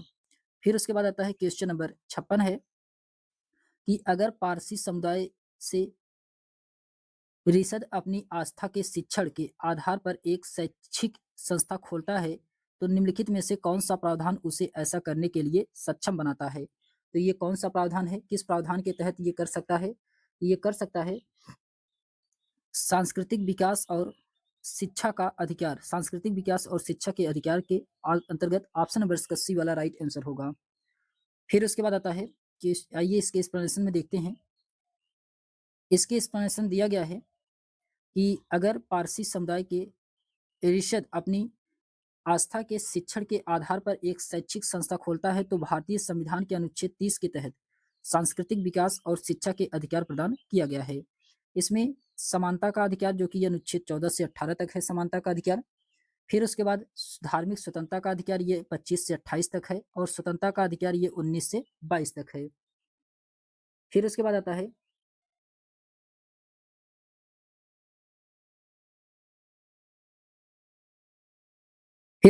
है क्वेश्चन नंबर 57 है। क्वेश्चन नंबर 57 में कहा जा रहा है कि भारत के संविधान की प्रस्तावना में डैश न्याय का उल्लेख नहीं किया गया है, तो किसका उल्लेख नहीं किया गया है? क्वेश्चन नंबर 57 का इसमें राइट आंसर क्या होगा? तो इसमें कानूनी का उल्लेख नहीं किया गया है, जबकि इसमें सामाजिक, आर्थिक और राजनीतिक का उल्लेख किया गया है। कानून का इसमें उल्लेख नहीं किया गया है। तो इसका राइट आंसर क्या होगा? ऑप्शन नंबर इसका सी वाला राइट आंसर होगा। इसके एक्सप्लेनेशन दिया गया है कि भारत के संविधान की प्रस्तावना में कानूनी न्याय उल्लेख नहीं किया गया है। भारतीय संविधान में सामाजिक, आर्थिक एवं राजनीतिक न्याय का उल्लेख है। भारतीय संविधान की प्रस्तावना में 5 प्रकार की स्वतंत्रता है। कौन-कौन सी है इसमें? इसमें विचार की, अभिव्यक्ति की, विश्वास की, धर्म की और उपासना की स्वतंत्रता दिया गया है। फिर उसके बाद क्वेश्चन नंबर 58 है कि सरकार ने ऐसे कानून पारित किए हैं जो डैश से अधिक महिला कर्मचारियों वाले संगठनों के लिए क्रैच सुविधाएं प्रदान करने का अनिवार्य बनाता है। तो ये 30 ऑप्शन नंबर इसका डी वाला राइट आंसर होगा, 30। फिर उसके बाद आता है, इसके एक्सप्लेनेशन दिया गया है। मातृत्व सुरक्षा योजना के तहत सरकार ने ऐसे कानून बनाए हैं जहां पर 30 से अधिक महिलाएं कार्यरत हैं, वहां पर बच्चों की देखभाल हेतु क्रैच की सुविधा अनिवार्य रूप से होनी चाहिए। फिर उसके बाद आता है क्वेश्चन नंबर 59 है कि भारतीय संविधान का कौन सा हिस्सा भाग कल्याणकारी राज्य के आदर्श होने की घोषणा करता है? क्वेश्चन नंबर 59 का इसमें राइट आंसर होगा राज्य के नीति निर्देशक सिद्धांत। राज्य के नीति निर्देशक सिद्धांत ऑप्शन नंबर इसका बी वाला राइट आंसर होगा। फिर उसके बाद आता है, इसके एक्सप्लेनेशन दिया गया है कि भारतीय संविधान के भाग 4 में निहित राज्य के नीति निर्देशक तत्व कल्याणकारी राज्य के आदर्श होने की घोषणा करता है। फिर उसके बाद क्वेश्चन नंबर 60 है, डॉक्टर भीमराव अंबेडकर के अनुसार मौलिक अधिकारों के दोहरे उद्देश्य हैं। तो कौन कौन से दोहरे उद्देश्य हैं डॉक्टर भीमराव अंबेडकर के अनुसार? तो इसमें कौन कौन सा है? इसमें है कि प्रत्येक नागरिक ऐसी स्थिति में हो कि वह उन अधिकारों के लिए दावेदारी कर सके, ये जो कि सही है। ये अधिकार हर उस सत्ता और संस्था के लिए बाध्यकारी हो जो कानूनी कानूनी बनाने का अधिकार दिया गया है, तो ये भी इसमें सही है। सी में कहा जा रहा है कि स्वतंत्र भारतीय राज्य के लिए एक मार्गदर्शक के रूप में काम कर सके, ये जो कि क्या है? गलत है।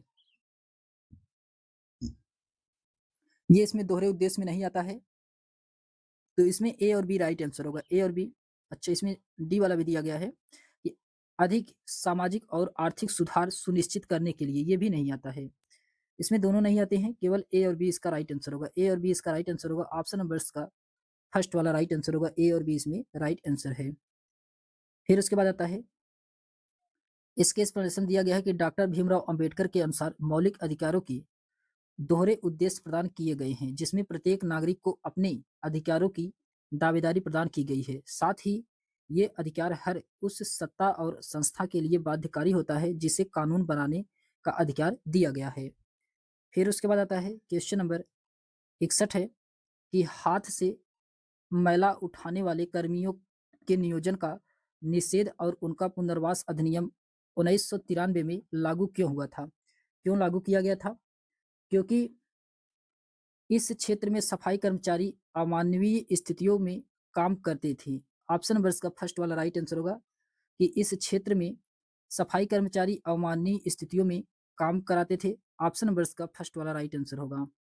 इसके एक्सप्लेनेशन दिया गया है कि हाथ से मैला उठाने वाले कर्मचारियों के नियोजन का निषेध और उनका पुनर्वास अधिनियम 1993 में लागू हुआ था, क्योंकि यह मानवीय गरिमा के खिलाफ था। यह सफाई कर्मचारियों के अमानवीय स्थितियों से छुटकारा दिलाने हेतु था, क्योंकि इस क्षेत्र में सफाई कर्मचारी अमानवीय स्थितियों में काम करते हैं। फिर उसके बाद आता है क्वेश्चन नंबर 62 है, घरेलू हिंसा से महिलाओं की सुरक्षा हेतु एक्ट प्रभावी हुआ तो कब हुआ था? ये एक्ट प्रभावी कब हुआ था? तो ये हुआ था 2005 में। 2005 में ऑप्शन नंबर इसका सी वाला राइट आंसर होगा। 2005 में ये एक्ट प्रभावी हुआ था। फिर उसके बाद आता है, इसके एक्सप्लेनेशन दिया गया है कि घरेलू हिंसा से महिलाओं की सुरक्षा हेतु महिला संरक्षण अधिनियम 2005 पारित हुआ था और ये 26 अक्टूबर 2006 को ये लागू हुआ था। कब लागू हुआ था? 26 अक्टूबर 2006 को ये लागू हुआ था। और पारित कब हुआ था? 2005 में ये पारित हुआ था। फिर उसके बाद आता है क्वेश्चन नंबर 63 है कि भारतीय संघीय व्यवस्था के अंतर्गत निम्नलिखित में से किस विषय पर केंद्र सरकार कानून नहीं बना सकती है? तो कौन से विषय पे केंद्र सरकार कानून नहीं बना सकती है? क्वेश्चन नंबर 63 के इसमें राइट आंसर होगा पुलिस पर। पुलिस पर इस पर कानून बनाने का अधिकार केवल राज्य सरकार के पास होता है। किसके पास होता है? तो राज्य सरकार के पास होता है। ऑप्शन नंबर इसका सी वाला राइट आंसर होगा। इसके एक्सप्लेनेशन दिया गया है कि बैंकिंग, संचार एवं मुद्रा केंद्रीय सरकार के विषय हैं, जबकि पुलिस, जेल, स्थानीय सरकार, सार्वजनिक स्वास्थ्य, स्वच्छता, अस्पताल, सार्वजनिक व्यवस्था आदि राज्य सूची के विषय हैं। अतः राज्य सूची के विषय पुलिस केंद्र सरकार कानून नहीं बना सकती है। फिर उसके बाद क्वेश्चन नंबर 64 है कि निम्नलिखित में से कौन से कथन भारतीय संविधान के बारे में सही है? तो कौन सा कथन है जो कि भारतीय संविधान के बारे में सही है? क्वेश्चन नंबर 64 का इसमें राइट आंसर होगा। इसमें भारतीय संविधान 26 जनवरी 1950 को लागू हुआ था, जो कि सही है। इसमें सार्वभौमिक वयस्क मताधिकार को लिया गया था और भारतीय संविधान में जो 18 वर्ष से अधिक आयु के है, इसको वोट देने का अधिकार मिला, जो कि ये क्या है? गलत है। सभी कानून को सभी नागरिकों को कानून के समक्ष समान माना गया, तो सभी नागरिकों को कानून के समक्ष जो कि समान माना गया, ये सही है। ऑप्शन नंबर इसका ए और सी वाला सही है, जबकि बी वाला क्या है? गलत है। ऑप्शन नंबर इसका डी वाला राइट आंसर होगा। ए और सी इसमें क्या है? सही है। फिर उसके बाद आता है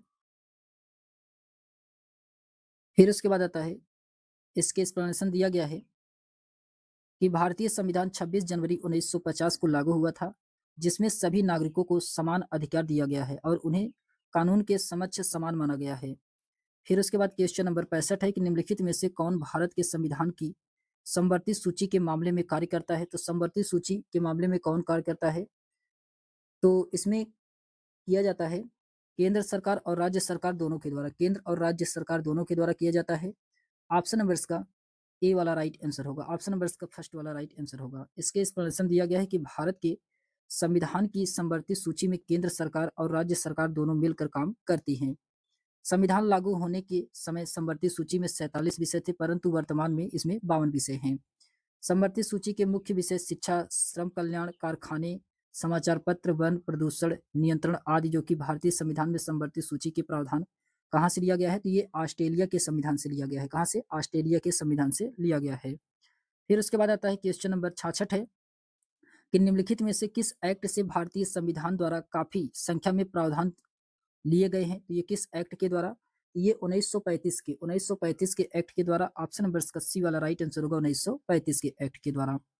इसके एक्सप्लेनेशन दिया गया है कि 1935 के एक्ट से भारतीय संविधान द्वारा काफी संख्या में प्रावधान लिए गए हैं। यह एक विस्तृत दस्तावेज था जिसमें 321 अनुच्छेद और 10 अनुसूचियां थी। इसमें प्रस्तावना कर अभाव था। इस अधिनियम द्वारा अखिल भारतीय संघ की स्थापना का प्रावधान किया गया था। इस अधिनियम के तहत 1937 में एक संघीय न्यायालय की स्थापना की गई थी। इस अधिनियम द्वारा वर्मा को ब्रिटिश भारत से पृथक कर दिया गया था, जो कि दो नए प्रांत सिंध और उड़ीसा का निर्माण किया गया था इसमें।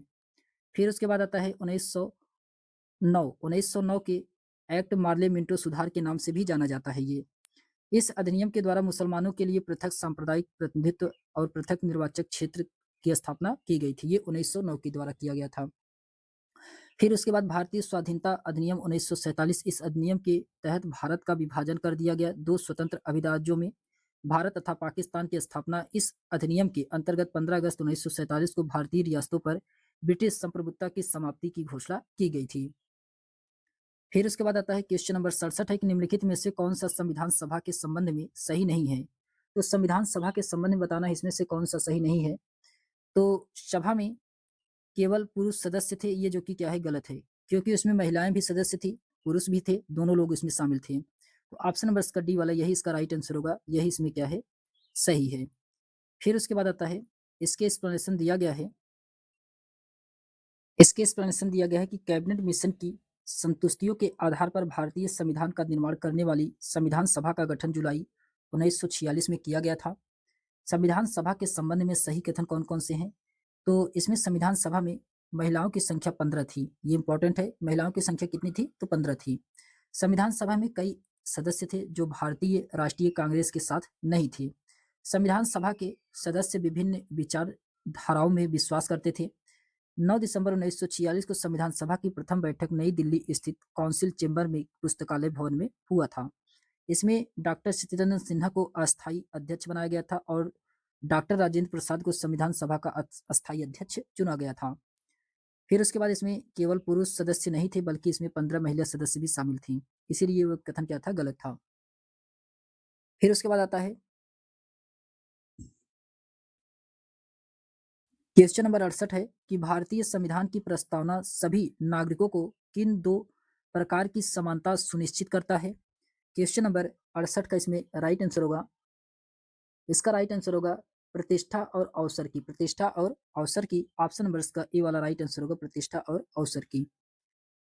फिर उसके बाद आता है इसके एक्सप्लेनेशन दिया गया है कि भारतीय संविधान की प्रस्तावना सभी नागरिकों को प्रतिष्ठा और अवसर नामक दो प्रकार की समानता प्रदान करता है। संविधान की प्रस्तावना का प्रस्ताव 13 दिसंबर 1946 को संविधान सभा में जवाहरलाल नेहरू के द्वारा पेश किया गया था। उद्देश्य प्रस्ताव के आधार पर 26 नवंबर 1949 को संविधान सभा द्वारा इसको अपनाया गया था। 42वें संविधान संशोधन अधिनियम 1976 के द्वारा इसमें समाजवादी, पंथ निरपेक्ष और राष्ट्र की अखंडता शब्द जोड़ा गया था। 42वें संविधान संशोधन के द्वारा, ये इंपॉर्टेंट है। प्रस्तावना में मुख्य जो शब्द है इसमें संप्रभुत्व संपन्न, समाजवादी, पंथ निरपेक्ष, लोकतांत्रिक, गणराज्य, ये जो कि प्रस्तावना में मुख्य शब्द थे। फिर उसके बाद आता है क्वेश्चन नंबर 69 है कि विधायिका और कार्यपालिका न्यायपालिका के काम में हस्तक्षेप नहीं कर सकते हैं। यह कथन भारतीय संविधान के किस सिद्धांत को दर्शाता है। क्वेश्चन नंबर 69 का इसमें राइट आंसर होगा, ये दर्शाता है शक्तियों का बंटवारा में। शक्तियों का बंटवारा में, ऑप्शन नंबर सी वाला राइट आंसर होगा, शक्तियों के बंटवारा में। इसके एक्सप्लेनेशन दिया गया है कि विधायिका और कार्यपालिका न्यायपालिका के कामों में हस्तक्षेप नहीं कर सकते हैं। यह कथन भारतीय संविधान के शक्तियों के बंटवारे के सिद्धांत को दर्शाता है। भारतीय संविधान जो कि सर्वोच्च न्यायालय का उद्घाटन 28 जनवरी 1950 को किया गया था। इसमें भारत के संघीय न्यायालय की स्थापना की गई थी, जो कि भारत सरकार के अधीन अधिनियम 1935 के तहत स्थापित किया गया था। फिर उसके बाद इसमें भारतीय न्यायपालिका की संरचना 3 स्तरीय है। तो कौन कौन से इसमें उच्चतम न्यायालय है, उच्च न्यायालय है और अधीनस्थ न्यायालय है। फिर नोट में दिया गया है कि भारत के एक उच्चतम न्यायालय है और 25 अन्य न्यायालय हैं इसमें। फिर उसके बाद आता है क्वेश्चन नंबर 70 है क्वेश्चन नंबर 70 है कि कथन ए और कथन बी को पढ़ करके आपको उपयुक्त विकल्प का इसमें चयन करना है, कौन सा इसमें सही है। तो इसमें कहा जा रहा है ए में कि भारतीय राज्य का कोई आधिकारिक धर्म नहीं है। तो भारतीय राज्य का कोई आधिकारिक धर्म नहीं है, जो कि ये क्या है, सही है। फिर उसके बाद बी में कहा जा रहा है कि सरकारी नौकरियों में धार्मिक अल्पसंख्यकों के लिए आरक्षण का प्रावधान है। तो ये इसमें क्या है, गलत है। तो इसका राइट आंसर क्या होगा? तो ए सही है, बी गलत है। ए सही है, बी गलत है। ऑप्शन नंबर इसका सी वाला राइट आंसर होगा। ए सही है, बी गलत है। इसके एक्सप्लेनेशन दिया गया है कि भारतीय राज्यों का कोई आधिकारिक धर्म नहीं है। यह कथन सत्य है तथा सरकारी नौकरियों में धार्मिक अल्पसंख्यकों के लिए आरक्षण है, यह कथन गलत है। सरकारी नौकरियों में एससी, एसटी, ओबीसी, ईडब्ल्यूएस और विकलांगों के लिए आरक्षण दिया गया है, जो कि सभी धर्मों के लोगों के पिछड़े वर्ग हेतु इस प्रकार कहा जाना कि कथन इसमें ए सही है और कथन बी इसमें क्या है, गलत है। फिर क्वेश्चन नंबर 71 में कहा जा रहा है कि राम्या एक बेकरी में सहयोगी कर्म की रूप में काम करती है। तो सहयोगी कर्मी के रूप में काम करती है। उसे उसके मालिक का महंगा मोबाइल फ़ोन चुराने के झूठे आरोप में अभियुक्त बनाया जाता है, परंतु वह अपनी खराब आर्थिक स्थिति के चलते अपने बचाव के लिए वकील नहीं कर पाती है। उसके केस का प्रतिनिधित्व करने के लिए भारतीय संविधान के किस अनुच्छेद के अनुसार राज्य द्वारा वकील दिया जाएगा? ये किस अनुच्छेद के तहत किया जाएगा? तो ये दिया जाएगा अनुच्छेद 39 ए के तहत। अनुच्छेद 39 ए के तहत ऑप्शन नंबर इसका बी वाला राइट आंसर होगा, अनुच्छेद 39 ए के तहत। फिर उसके बाद आता है, इसके एक्सप्लेनेशन दिया गया है कि भारत के संविधान के लिए भाग 4 अनुच्छेद 36 से 51 में राज्य के नीति निर्देशक सिद्धांत यानी कि डीपीएसपी शामिल है। डीपीएसपी शामिल है। यह आयरलैंड के संविधान से लिया गया है। 42वें संविधान संशोधन 1976 के द्वारा अनुच्छेद 39 ए में कहा गया है कि राज्य गरीबों को निःशुल्क कानूनी सहायता प्रदान करेगा। दिए गए प्रश्न में राम्या को अपने ऊपर लोगों के झूठे आरोप को सही साबित करने हेतु अनुच्छेद 39 ए के तहत राज्य द्वारा वकील दिया जाएगा। फिर उसके बाद आता है क्वेश्चन नंबर 72 है कि भारतीय डैश के दिन को याद करने के लिए गणतंत्र दिवस मनाते हैं। ये किसको याद करने के लिए गणतंत्र दिवस मनाया जाता है? तो क्वेश्चन नंबर 72 का इसमें राइट आंसर होगा संविधान के लागू होने के। संविधान के लागू होने के ऑप्शन नंबर इसका सी वाला राइट आंसर होगा, संविधान लागू होने के। इसके एक्सप्लेनेशन दिया गया है कि भारतीय संविधान के लागू होने के दिन को याद करने के लिए गणतंत्र दिवस मनाते हैं। भारतीय संविधान की मूल संरचना भारत सरकार अधिनियम 1935 पर आधारित है। भारत की संविधान 26 नवंबर 1949 को औपचारिक रूप से अंगीकृत किया गया था तथा 26 जनवरी 1950 को भारतीय संविधान पूर्ण रूप से लागू हुआ था। तब से 26 जनवरी के दिन प्रतिवर्ष गणतंत्र दिवस के रूप में मनाया जाता है। फिर उसके बाद आता है क्वेश्चन नंबर 73 है कि हमारा संविधान यह सुनिश्चित करता है कि शासन की व्यवस्था केवल कुछ विशेषाधिकार अधिकृत लोगों को सम्मिलित नहीं करती है, जो सभी के लिए निर्णय ले। यहाँ सरकार के विभिन्न स्तर हैं जो संविधान से ही अपनी ताकत और अधिकार प्राप्त करते हैं। तो इसका राइट आंसर क्या होगा? तो इसका राइट आंसर होगा इसमें यह भारतीय संविधान के निम्नलिखित विशेषता की व्याख्या करता है। ये किसकी व्याख्या कर रहा है? तो ये संघवाद की व्याख्या कर रहा है। संघवाद की ऑप्शन नंबर इसका फर्स्ट वाला राइट आंसर होगा, संघवाद की। फिर उसके बाद आता है, इसके एक्सप्लेनेशन दिया गया है कि हमारा संविधान यह सुनिश्चित करता है कि शासन की व्यवस्था केवल कुछ विशेषाधिकृत लोगों को सम्मिलित नहीं करती है। जो भी निर्णय लिए जाए, यहाँ सरकार के विभिन्न स्तर हैं जो संविधान से ही अपनी ताकत और अधिकार प्राप्त करते हैं। यह संविधान भारतीय संविधान के संघवाद विशेषता की व्याख्या करता है। संघवाद फेडरलिज्म मूल रूप से एक द्वैध सरकार प्रणाली यानी कि डुअल गवर्नमेंट सिस्टम है, जिसमें एक केंद्र और कई राज्य इसमें शामिल होते हैं। फिर संघवाद संविधान की मूल संरचना के स्तंभों में से एक है। जैसा कि सर्वोच्च न्यायालय ने एस.आर. बम्बई बनाम भारत संघ मामले में दोहराया था कि राज्य जो कि संघ के महज उपांग नहीं है और संघ को यह सुनिश्चित करना चाहिए कि राज्यों की शक्तियों को कुचला नहीं जाएगा। फिर संघीय सिद्धांतकार केसी वियर के अनुसार भारतीय संविधान की प्रकृति अर्ध संघीय है, यानी कि क्वासी फेडरल है। क्वासी फेडरल है। फिर उसके बाद आता है क्वेश्चन नंबर 74 है कि कानूनों के संदर्भ में ए और बी को पढ़ के इसमें पहचान करना है। कानून हाशिएकृत लोगों की हित में है, कानून हाशिएकृत के लोगों के हित में है। तो क्वेश्चन नंबर 74 का इसमें पढ़ करके आपको बताना है कौन सा इसमें सही है। तो इसमें दिया गया है कि कार्यस्थल पर पर्याप्त सुरक्षा व्यवस्था को निश्चित करने वाले कानून, ये जो कि क्या है, सही है। फिर उसके बाद बी में कहा जा रहा है कि चीज़ों की गुणवत्ता मानकों के अनुरूप कार्य करने वाले कानून, ये जो कि क्या है, गलत है। तो इसमें ए सही है, बी गलत है। ए सही है, बी गलत है। तो ऑप्शन नंबर इसका फर्स्ट वाला राइट आंसर होगा। ए सही है, बी गलत है। फिर उसके बाद आता है, इसके एक्सप्लेनेशन दिया गया है कि कार्यस्थल पर पर्याप्त सुरक्षा व्यवस्था को निश्चित करने के वाले कानून हाशिएकृत लोगों की हित में है। कानून बनाने और लागू करने वाली संस्था के नाते यह सुनिश्चित करना सरकार की जिम्मेदारी है कि सुरक्षा कानूनों को सही ढंग से लागू किए जाएं। सरकार को भी इस बात का ध्यान रखना चाहिए कि अनुच्छेद 21 में दिए गए जीवन के अधिकार का उल्लंघन न हो। फिर उसके बाद आता है, क्वेश्चन नंबर 75 है कि भारतीय संविधान के अनुसार राज्य और धर्म के बीच क्या संबंध है? क्वेश्चन नंबर 75 का इसमें राइट आंसर क्या होगा? तो इसमें उनके बीच एक सैद्धांतिक फासला है। उनके बीच क्या है? एक सैद्धांतिक फासला है। ऑप्शन नंबर इसका बी वाला राइट आंसर होगा।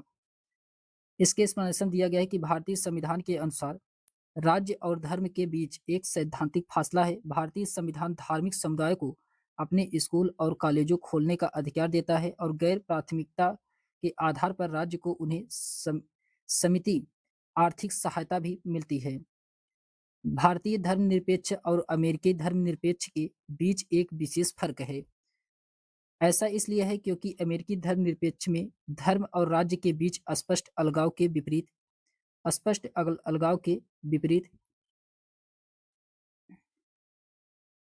विपरीत भारतीय धर्मनिरपेक्षता में राज्य को धर्म के मामले में हस्तक्षेप करने की छूट दी गई है।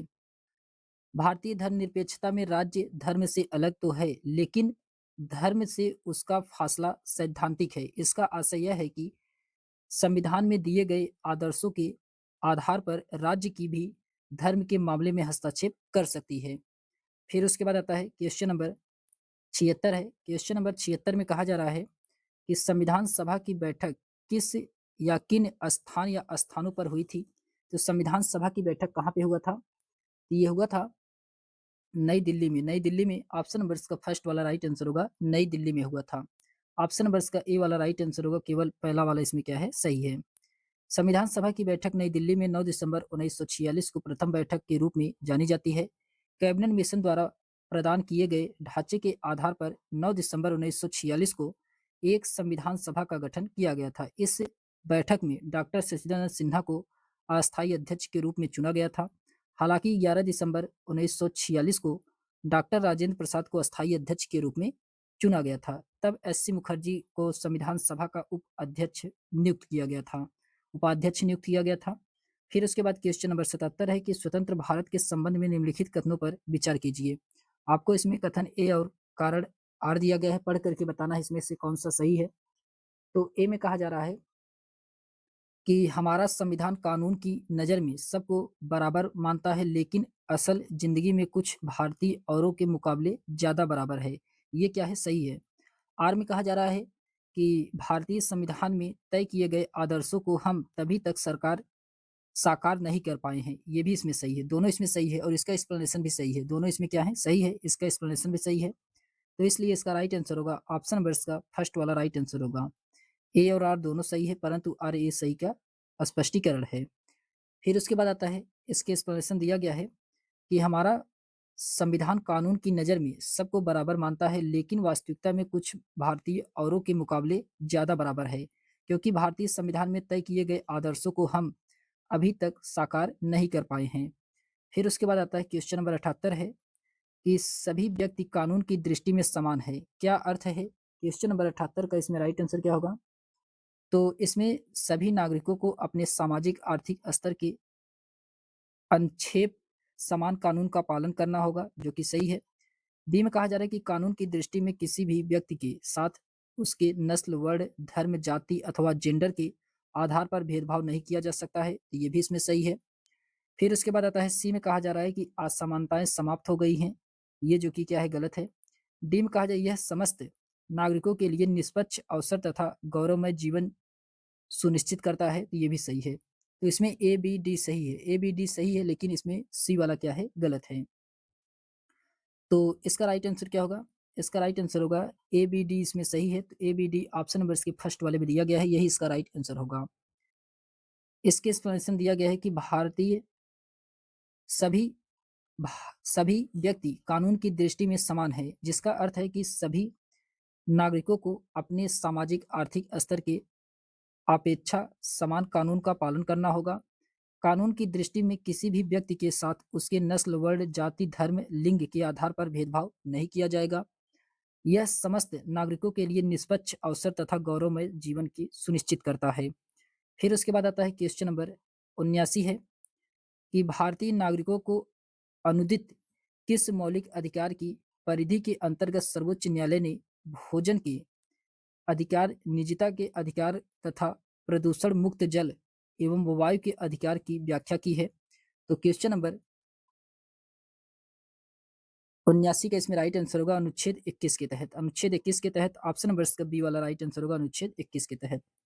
इसके एक्सप्लेनेशन दिया गया है कि भारतीय संविधान के अनुच्छेद 21 में घोषणा की गई है कि किसी व्यक्ति को उसके प्राण या दैहिक स्वतंत्रता से विधि द्वारा स्थापित अधिकारों से वंचित नहीं किया जा सकता है। सर्वोच्च न्यायालय ने अपने फैसले में अन्य अधिकारों को भी अनुच्छेद 21 के तहत मूल अधिकार का दर्जा प्रदान किया है। इसमें कौन-कौन से हैं? इसमें भोजन का अधिकार है, निजता का अधिकार है, प्रदूषण मुक्त जल एवं वायु का अधिकार है, आश्रय का अधिकार है, हथकड़ी लगाने के विरुद्ध का अधिकार है, विदेश यात्रा का अधिकार है, सूचना का अधिकार है और संयम का अधिकार है। फिर उसके बाद आता है क्वेश्चन नंबर 80 है कि भारतीय संविधान के अनुसार एक धर्मनिरपेक्ष राज्य को चाहिए, तो क्या चाहिए? क्वेश्चन नंबर 80 का इसमें राइट आंसर होगा कि किसी एक धर्म के समर्थन नहीं देना, किसी एक धर्म को समर्थन नहीं देना, ऑप्शन नंबर इसका सी वाला राइट आंसर होगा।